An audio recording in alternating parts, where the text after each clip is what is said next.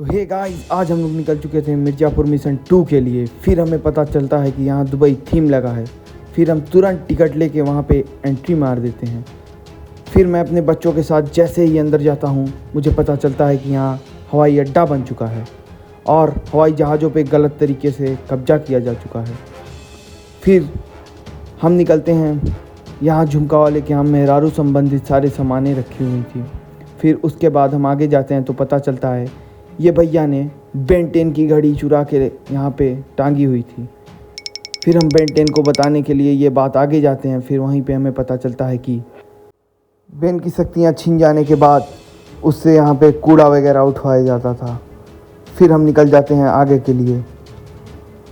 यहाँ पे ये अंकल बैठे हुए होते हैं, हम दूध की तरह इनसे इन्फॉर्मेशन लेने के बाद ये हमें मना कर देते हैं।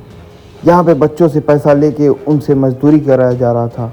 फिर मेरा नज़र पड़ता है हवाई हथौड़े पे, जो कि हवा में चल के हवा को मार रहा था। उसके बाद हम लोग थोड़ा दबदबा बनाने के लिए इस पुल पे आते हैं, जहाँ पे लैला मजनू सम्मेलन चल रहा था। फिर आगे जाते जाते पता चलता है कि ये पुल 1962 में सिंताल ने बनवाया था, जो कि यहाँ का सबसे बड़ा चोर था। उसके बाद हम लोग नीचे जाते हैं, हम मिलते हैं यहाँ जुमरू हाथी से।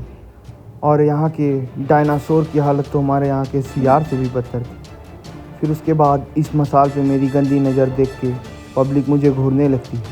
फिर मैं यहाँ से तुरंत ही भाग जाता हूँ। उसके बाद स्पाइडरमैन से छेड़खानी करने के बाद हम लोग दिल वाले गुफ़ा में जाते हैं, जो कि काफ़ी मशहूर गुफ़ा है।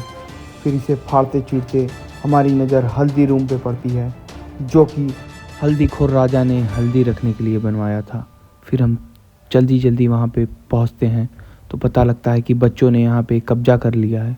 बच्चों को भगा के हम अंदर जाते हैं। अंदर जाते ही थोड़ा हम पोज मारते हैं। फिर यहाँ तगड़ा धूम्रपान करने के बाद मेरे दिमाग का मानसिक संतुलन हिल जाता है। उसके बाद मैं इन भैया को ही पकड़ लेता हूँ।